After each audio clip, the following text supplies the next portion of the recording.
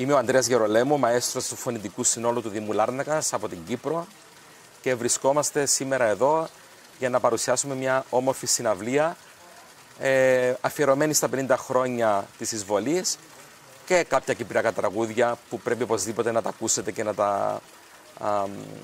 να δείξουμε και εμείς τα δικά μας τραγούδια που έχουμε στον τόπο. Βρισκόμαστε εδώ στο πρώτο αυτό φεστιβάλ, το οποίο διοργανώνει ο Δήμος Μυτιλήνης.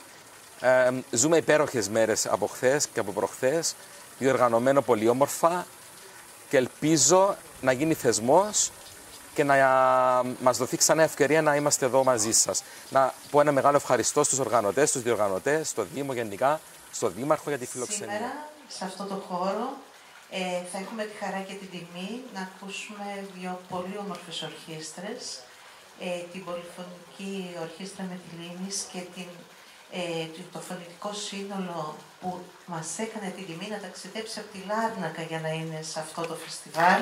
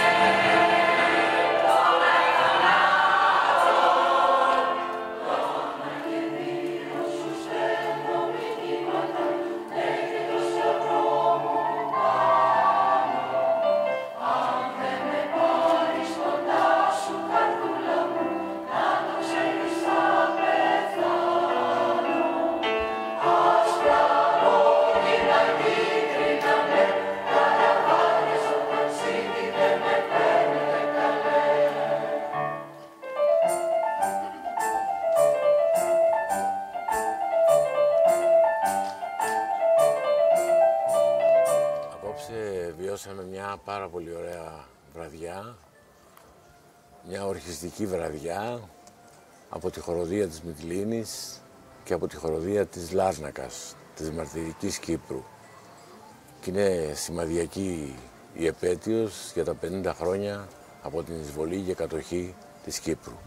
Θέλω να δώσω συγχαρητήρια στο Δήμο Μυτιλήνης για αυτό το πρώτο φεστιβάλ τραγουδιού μουσικής που γίνεται για πρώτη φορά και σε αυτόν τον τόπο και είναι πολύ σημαντικό το ότι επέλεξε και το Μουσείο Ελαιοτριβείο της εταιρείας Αρχιπέλαγος, το Ελαιοτριβείο Μουσείο Βρανά, να πραγματοποιήσει αυτή την πολύ έτσι σημαντική, αν θέλετε, βραδιά, αυτό το αφιέρωμα για την Κύπρο μας και για τον ελληνισμό. Και πάλι συγχαρητήρια.